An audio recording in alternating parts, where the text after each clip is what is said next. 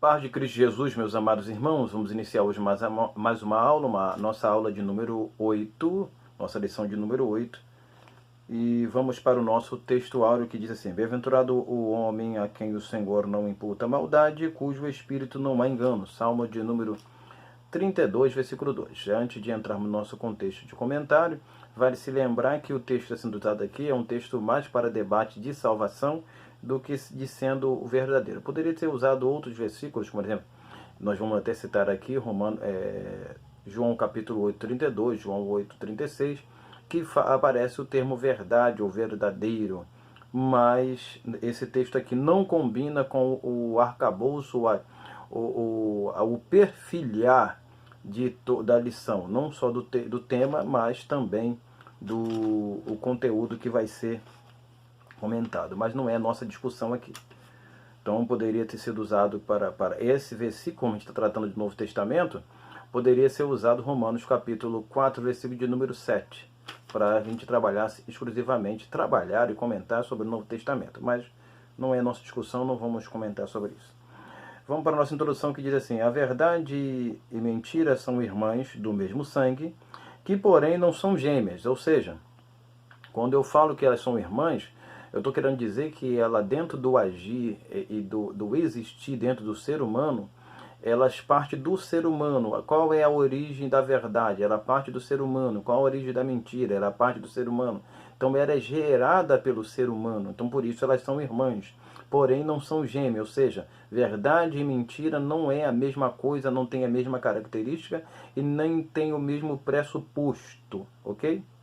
Nós vamos comentar outras coisas, mas que vão delinear essa ideia de distinção entre verdade e mentira ou hipocrisia, que é o que vai ser comentado no texto da lição. Que eu vou mais uma vez falar que se o comentarista queria trabalhar com hipocrisia, ele tinha que usar um versículo de texto áureo como hipocrisia, e o título da lição também trabalhar com hipocrisia, aparecer o termo hipocrisia. Não colocar verdadeiro ou sendo verdadeiro, trabalhar com um texto áureo que não tem nada a ver, e no comentário, o leitura bíblica em graça e outras demais terem uma relevância completamente diferente. Ou seja, você vai comentar a revista, você tem 3 assuntos diferentes, distintos para comentar, porque na realidade, por mais que sejam semelhantes, vão ter caminhos um pouquinho diferentes. Mas você, com a sabedoria e graça que Deus vai te dar, você vai conseguir associar isso muito bem. Pois bem. Então são gêmeas. A verdade não busca os seus interesses próprios, ou seja, a verdade não é interesseira. A mentira é, mas a verdade não. Mesmo tendo o sentimento ferido, ou seja, passar por dificuldade, por agruras e tribulações, a verdade não muda. Salmo de número 15, versículo 4, já citamos isso aqui. Ser verdadeiro é ter consciência de aflição.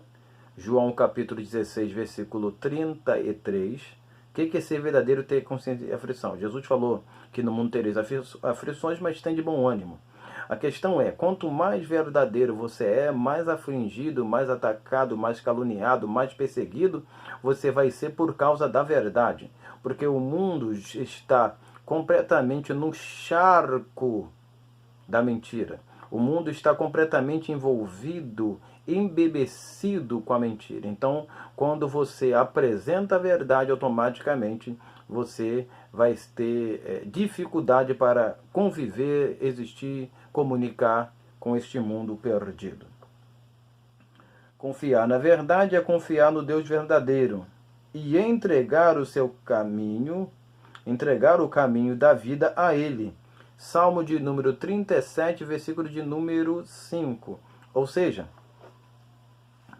você quer andar na verdade, você tem que entregar seu caminho ao Senhor. Porque se você não entregar seu caminho ao Senhor, eu estou falando para cristão, não estou falando de critério de salvação agora aqui. Quando eu falo disso, eu estou falando simplesmente de você compreender que eu e você precisamos entregar o caminho ao Senhor, deixar Ele dirigir, deixar Ele conduzir, para que a gente possa andar no caminho da verdade e ser reforçado, ajudado, animado pela verdade. Então, ser verdadeiro, confiar na verdade, é confiar no Deus verdadeiro e entregar o caminho da vida a Ele, sabendo que o mais Ele fará. Ou seja, Quanto mais entregarmos o nosso caminho, mais temos consciência que Deus vai nos abençoar e nos encaminhar para a verdade, que é uma vereda que a Bíblia diz em Provérbio, capítulo de número 12, versículo 28, que é o caminho da sua carreira está a vida e não a morte. Então, quando a gente anda no caminho da verdade, por mais que soframos neste mundo, nós estamos andando no caminho da vida e não no caminho da morte. Anote esse versículo também de Provérbio 12, 28. Vamos para o nosso primeiro ponto, que diz assim: o que fazer para ser verdadeiro? Filipenses capítulo 4, versículo 8. Eu só anotei a parte primeira do versículo, que diz assim: quanto aos mais irmãos, tudo o que é verdadeiro. E a parte final do versículo diz: nisso pensai. Então, o que fazer para ser verdadeiro?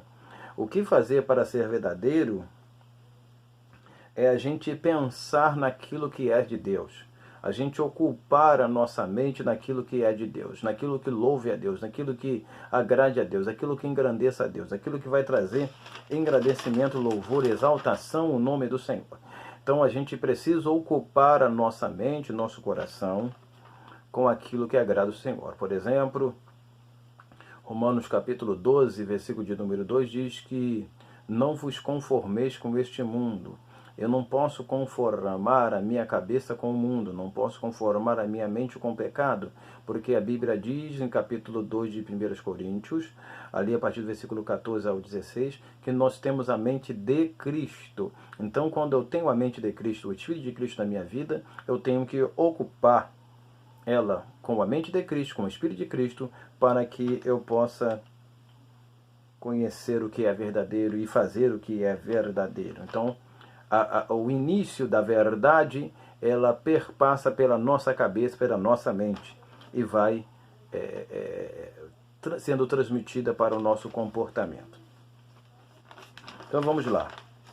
A verdade deve estar incutida na mente do cristão, ou seja, a verdade tem que estar na mente. Não adianta balbuciar verdade, mas na realidade a mente não está, porque o que balbuceia ou se balbucia na boca, às vezes não é transmitido em comportamento. Então a gente tem que estar na mente, porque a Bíblia diz, a gente já citou aqui várias vezes em passagens anteriores e assuntos anteriores, que a boca fala do que o coração está cheio. Então, se eu estou cheio de Deus, eu vou falar não só da verdade de Deus, mas vou vivê-la. Quando a Bíblia fala que a boca fala, nesse sentido está usando de uma sinédoque para apresentar a parte pelo um todo, ok? Então a boca aqui significa o ser humano, no texto que eu falei de Lucas 6,45. Pois bem, então a verdade deve estar incutida na mente do cristão, pois o mundo jaz no maligno, 1 Coríntios capítulo 5, versículo 19, que é o pai genitor da mentira, João capítulo 8, versículo 44, e quem é esse pai genitor? O diabo, que é o pai genitor da mentira, o diabo. Satanás faz que os seus filhos sigam geneticamente o que lhe é próprio. O que lhe é próprio de Satanás e o que lhe é próprio dos seus filhos genéticos? Mentir. Mas o nosso assunto aqui não é mentira. Nosso assunto é o que fazer para ser verdadeiro. Então, ocupar a mente com Deus, com a vontade de Deus, aquilo que agrada a Deus. Aquilo que vai apresentar a presença de Deus em nossos corações. Vamos seguindo. A fonte da verdade é gerada pela palavra de Deus, João capítulo 17, versículo de número 17.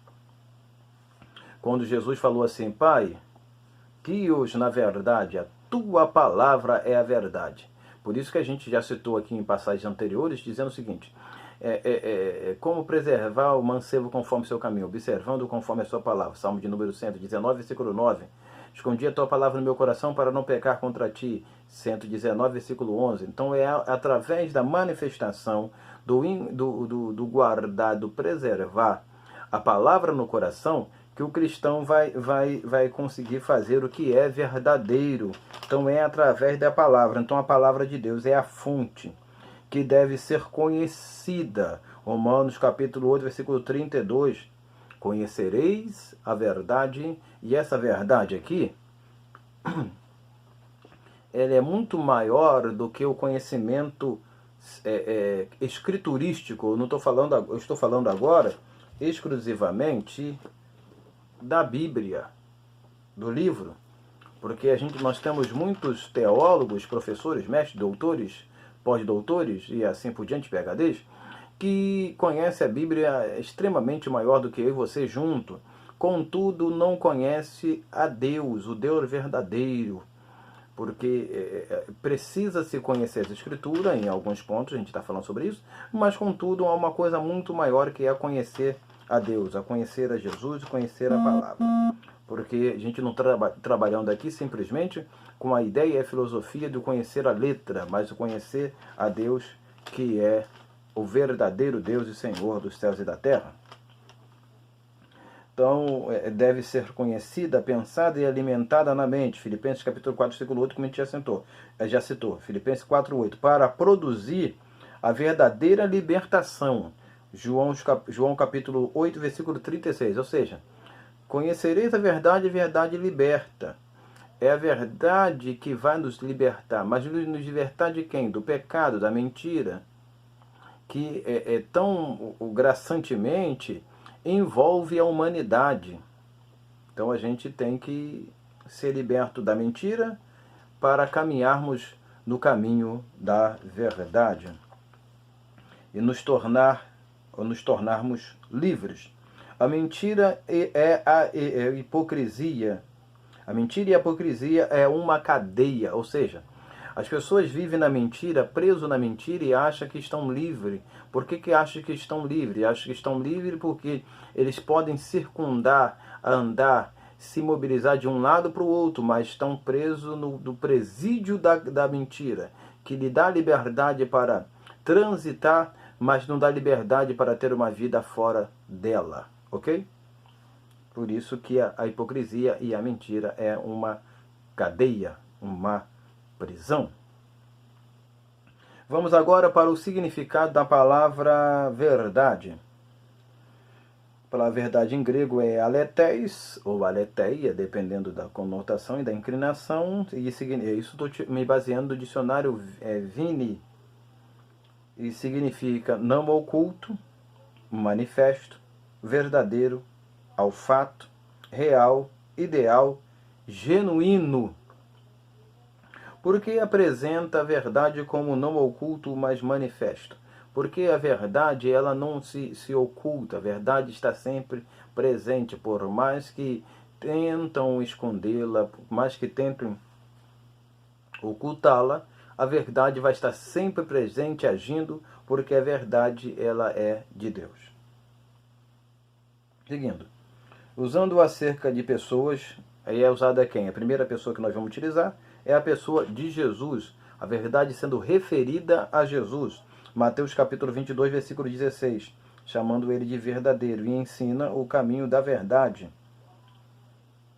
Isso no mesmo texto de Mateus 22, 16, e paralelo Marcos capítulo 12, versículo 14. A verdade de Jesus é autentificada pela presença de Deus, ou seja, João capítulo 3, versículo 22, quando Nicodemos falou, ninguém pode fazer sinais se Deus não for com ele. Na vida do cristão e na vida de Jesus, mas agora estou aplicando as nossas vidas, na vida do cristão, não existe verdade se Deus não for conosco. Não existe manifestação de verdade, palavra de verdade, comportamento de verdade, andar no caminho da verdade, viver a verdade, pensar na verdade, falar a verdade, se Deus não for conosco, ou seja, se Deus não estiver em nós agindo, operando e se manifestando. Porque se Deus não fizer isso, nós vamos caminhar e vamos viver debaixo e do domínio da mentira. Por isso que eu coloquei esse versículo, estou explicando aqui, porque não aparece o termo verdade, mas é simplesmente texto de passagem, eu costumo dizer isto. Texto, citações de passagem. Quando não aparece a palavra que a gente está colocando como tema. Eu apresento assim, termo de passagem. Podemos concluir que para se alcançar a verdade, não é um fruto de imaginação, mas de manifestação. Ou seja, não é só imaginar a verdade, ele tem que ser manifesta. De manifestação. A verdade não se oculta, como a gente já citou no significado dela. Então, deixa eu só, antes de mudar para os pontos 2, eu vou ser rápido nesse quesito. Eu quero só explicar algo aqui. Não, deixa eu entrar no próximo ponto, aí eu falo sobre isto que eu vou, acho que abordar um pouquinho mais. Aí eu vou deixar já o versículo separado aqui e a gente comenta. Aí eu volto na página anterior. Pois bem, nosso segundo ponto. A verdade é contra a injustiça. Aí aqui a gente comenta. João capítulo 7, versículo 18. Quem fala de si mesmo busca a sua própria glória, mas o que busca a glória daquele que o enviou, esse é verdadeiro e não há nele injustiça ou mentira. Esse é verdadeiro, não é nele mentira ou injustiça, porque a mentira é um ato de injustiça, de traição, de engano. Pois bem, seguindo a leitura. A verdade não busca os seus interesses, 1 Coríntios capítulo 13, versículo de número 5, mas o que coaduna com a palavra de Deus, mas o que coaduna com a palavra de Deus. Ou seja, a verdade, ela trabalha com a palavra de Deus, porque a palavra de Deus é seu pressuposto, é o seu arcabouço. Não folga ou não tem prazer, alegria, com a injustiça, mas se alegra com a verdade. Versículo de número 6, de 1 Coríntios 13. A verdade não participa de algo injusto que conota mentir, enganar a verdade.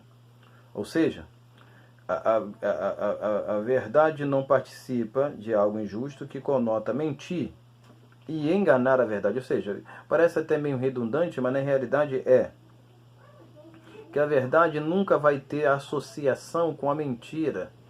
Porque se a verdade coadunar com a mentira, é como se fosse ela estivesse enganando a si mesmo. E a verdade, por isso, não vai se coadunar com a mentira. Porque estaria enganando a si mesmo, ou a si mesma. Seguindo, a verdade pode sofrer os danos para ser justa. Nós já citamos esse versículo, Salmo de número 15, versículo 4. Mas nunca vai compactuar com a injustiça, ou seja, nunca vai fazer nenhum tipo de acordo, nenhum tipo de relacionamento. Ah, mas eu sou um crente que fala a verdade, que sou verdadeiro. Se você é um crente que fala a verdade, que você é verdadeiro, você não pode ter nenhum tipo de associação com as pessoas mentirosas, tem que se afastar dele, porque o que é estragado é mais fácil contaminar o que é bom do que o bom contaminar o que está estragado. Então deve ter um afastamento.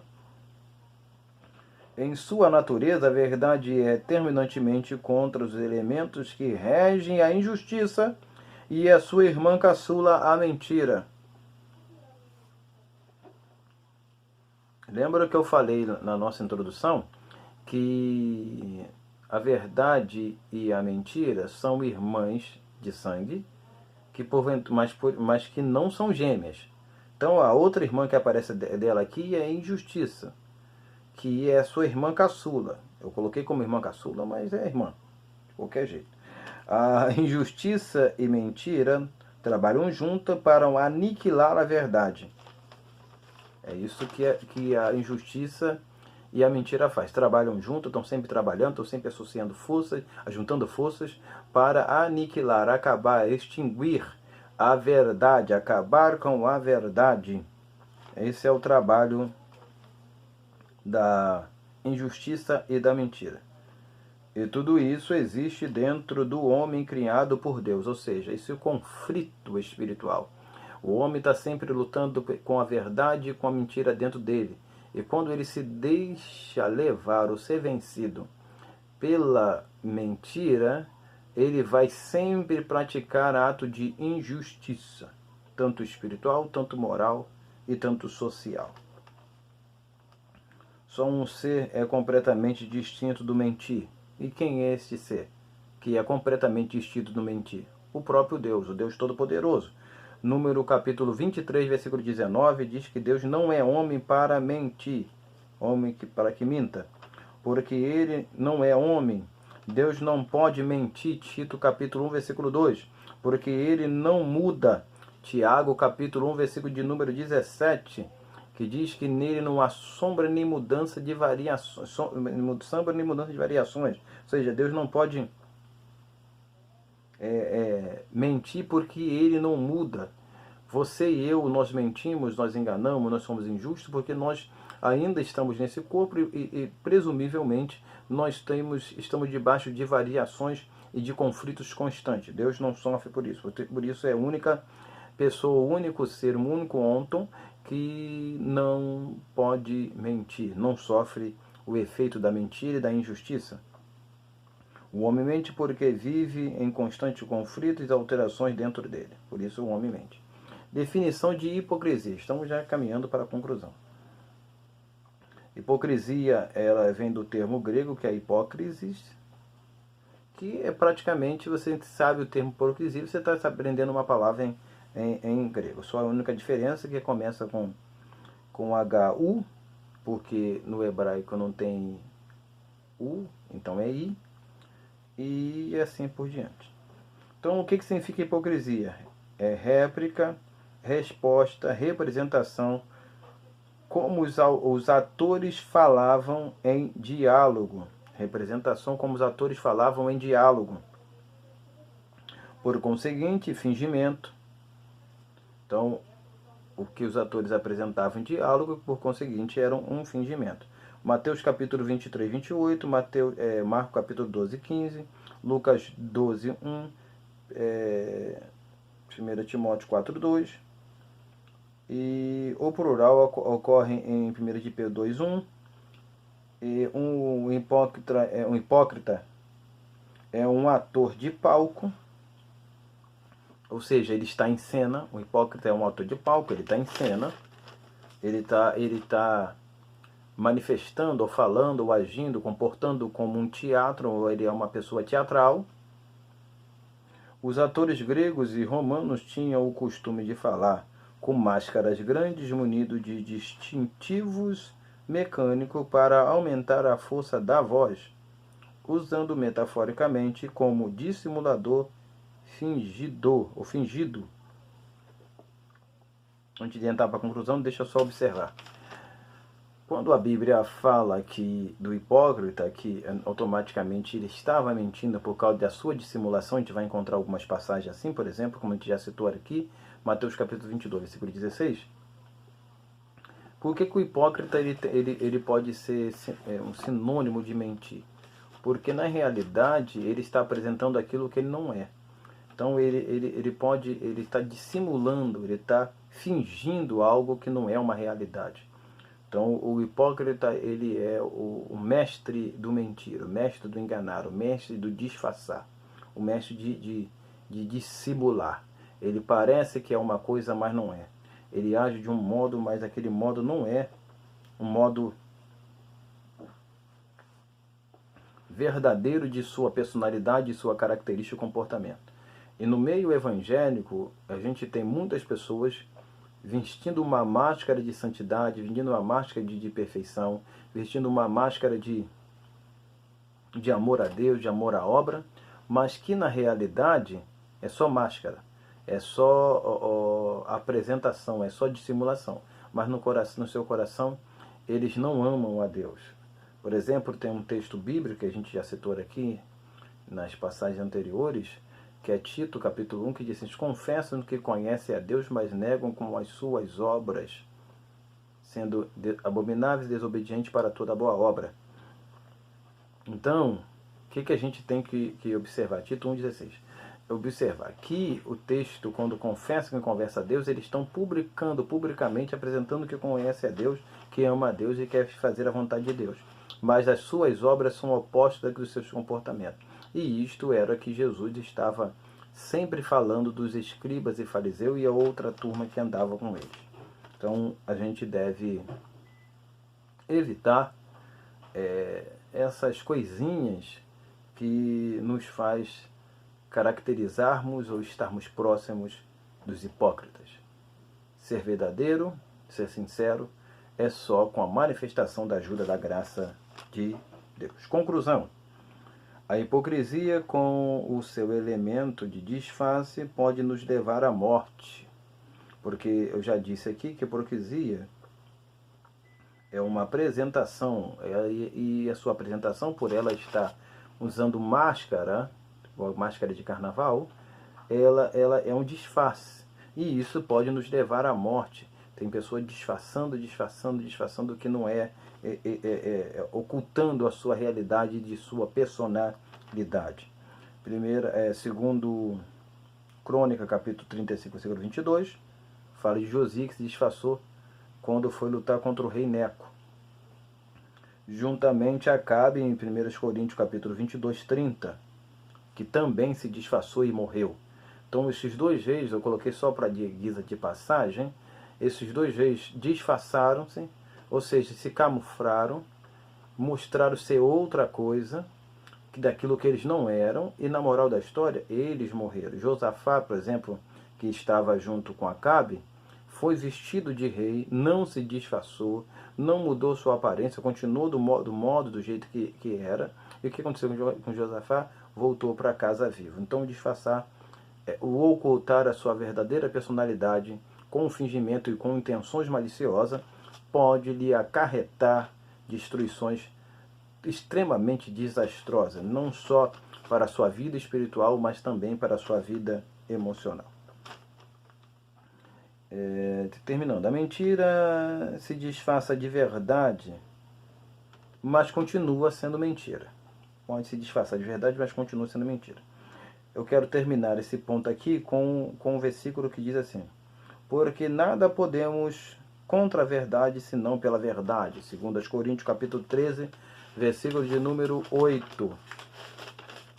Eu quero aqui voltar rapidamente, dentro do tempo que eu tenho, para citar Romanos, capítulo 1, versículo de número 25. Deixa eu me localizar rapidamente aqui, para você entender o porquê. Eu já ia ler lá anteriormente, segui a leitura, mas eu ia comentar na realidade quando eu entrei aqui.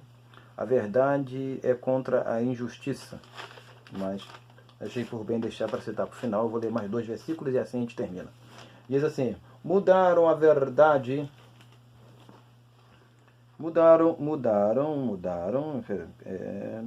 pois mudaram a verdade de Deus em mentira e honraram e serviram mais a criatura do que o Criador. Eu quero só a parte primeira do versículo, parte A. Pois mudaram a verdade de Deus em mentira. Estão tentando mudar a verdade de Deus em mentira.